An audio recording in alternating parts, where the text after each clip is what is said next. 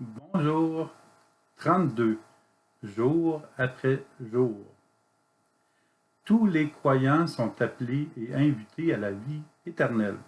Dieu dit à Abraham, « Voici l'alliance que je fais avec toi. Tu deviendras le père d'un grand nombre de peuples. » Genèse chapitre 17, verset 4. Abraham croit en cette parole de Dieu, mais il ne sait peut-être pas ce qu'elle veut dire définitivement. Souvent, nous avons des intuitions de Dieu, mais il y a comme un mystère qui entoure ces intuitions, même si après un plus ou moins long discernement, elles sont de Dieu. Dieu veut que nous demeurions avec lui. Il souhaite que nous lui fassions confiance. Jour après jour, année après année, et pendant la durée de notre vie, nous aurons à travailler la fondation de notre foi afin de la solidifier. Nous deviendrons alors des exemples pour les autres, souvent sans nous en rendre compte. Comme la conversion d'Abraham, notre conversion aidera à conduire des personnes à Dieu. Pour que cette amitié, l'alliance, soit réalisable, Dieu dit aussi à Abraham, « Tu observeras mon alliance, toi et ta descendance après toi, de génération en génération. » Genèse chapitre 17, verset 9. Pour devenir des croyants crédibles, entrons en relation avec Dieu, dans son alliance. Car comment connaître quelqu'un sans chercher à le connaître? Dieu veut être connu. Comme nous avons eu sa visite en notre cœur, Dieu cherche à être découvert dans notre paysage pour le monde.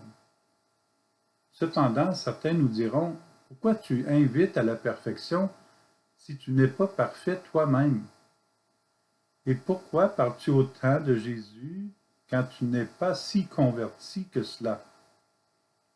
Pourquoi oses-tu même parler de Jésus? » Bon, n'attendons pas d'être parfaits pour inviter à la perfection de la foi à laquelle Jésus nous invite.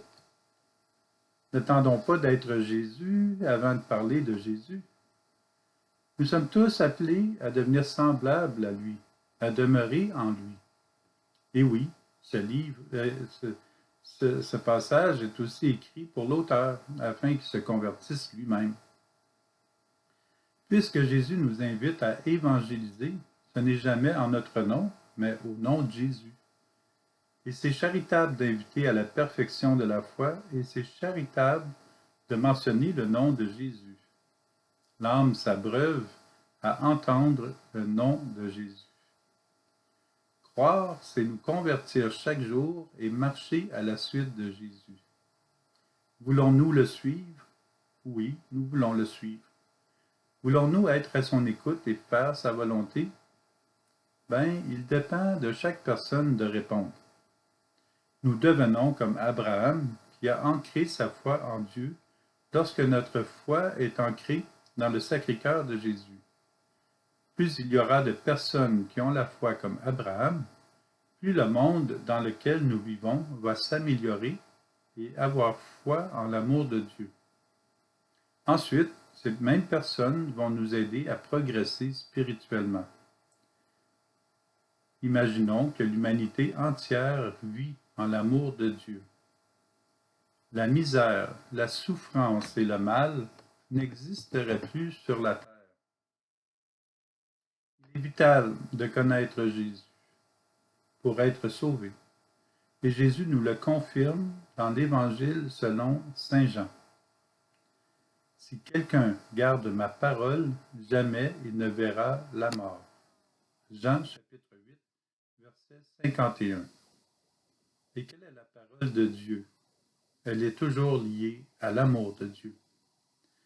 Nous sommes créés pour la vie, nous sommes créés pour vivre éternellement, maintenant, dans la Trinité.